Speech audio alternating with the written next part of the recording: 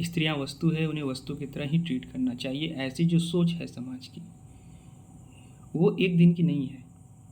और उसे बनाए रखने में सामाजिक व्यवस्था जिसमें मुख्यतः विवाह है उसका इम्पॉर्टेंट रोल है। समझना इस बात को कि देखो ह्यूमन जो लिबर्टी है ना, not only human liberty, everything around us trying to gain their stability. तो जो हमारा मन है उसकी स्टेबिलिटी दो चीज़ों से होती है, एक यूनिटी से, या तो आप किसी चीज़ में बिल्कुल शामिल हो जाओ या तो आप उसे खुद से अलग कर दो, राइट।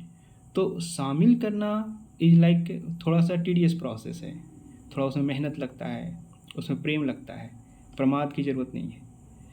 लेकिन जब आप किसी को सेपरेट करते हो, इंडिविजुअलाइज करके खुद को बाकी चीज़ों को अलग करते हो, right, and still they are part in the society, तो वहाँ पे आपको क्या करना पड़ता है, ऑब्जेक्टिफिकेशन, लाइक आपको उसे वस्तु बनाना पड़ता है। और वस्तु बनाने के लिए आपको क्या करना पड़ेगा, किसी से आपको दूरी बनानी है, तो कैसे आप दूरी बनाओगे? सेम लेवल पे दूरी नहीं बन सकती ना। आप कह लो कि किसी इलेक्ट्रॉन्स के पास एनर्जी सेम है and they are going to jump और going to contribute their electrons, so all this things can not happen, same energy levels पे नहीं हो सकते, राइट। तो माइंड जो क्या है ना, वो क्या करता है, अपना तो सकता नहीं, एकत्व तो ला नहीं सकता, तो दे व्हाट दे डू, वो लोअर अपर एक लेयर क्रिएट करता है, एक बाउंड्रीज क्रिएट करता है on the basis of comparisons, right. और उस कंपेरिजन्स के कारण जो बाउंड्रीज क्रिएट होते हैं वो इनिशियल स्टेप्स होते हैं किसी भी चीज़ को ऑब्जेक्टिफाई करने का। जैसे आप समझ लो, अगर किसी इंसान को आप अपने से छोटा मानते हो तो आप ये मान लेते हो कि चलो भाई ये तो मेरा काम कर देगा, इसे कर देना चाहिए, because he do not have their on rights. Basically आप इसको समझ सकते हो इंडियन कास्ट सिस्टम से।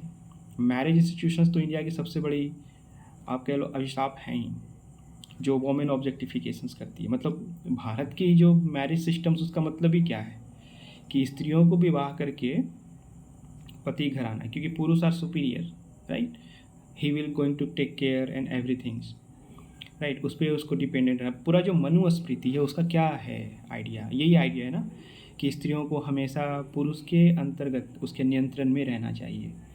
क्यों रहना चाहिए? बिकॉज वो इक्वल लेवल की नहीं है ना, मतलब वो उसको ऑब्जेक्टिफाई कर रहा है।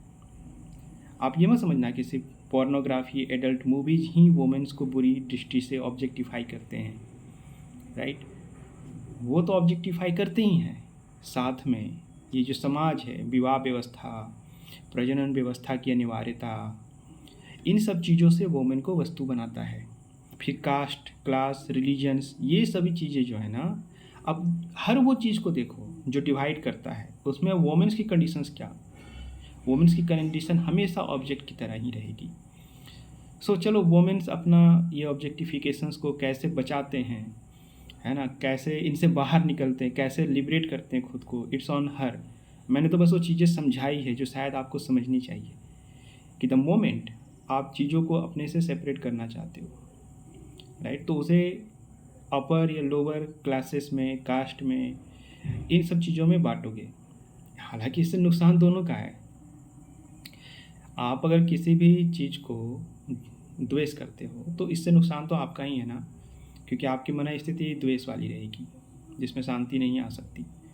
तो इसीलिए एकत्व का मतलब यूनिफाई का, कि हम सभी को खुद में देखें, जो हमारी माइंड की जो एबिलिटी है कि हम सब खुद में सबको देख सकते हैं, उसके ज़रिए हम अपनी कॉन्शियसनेस को अपलिफ्ट करते हैं, अपने जीवन को हैप्पी बनाते हैं, आनंदमय बनाते हैं, right. Okay, so that's it. आपने समझा कि कैसे ये चीज़ों को वस्तु बनाना, लोगों को वस्तु बनाने की जो पूरी व्यवस्था है वो काम करती है। धन्यवाद।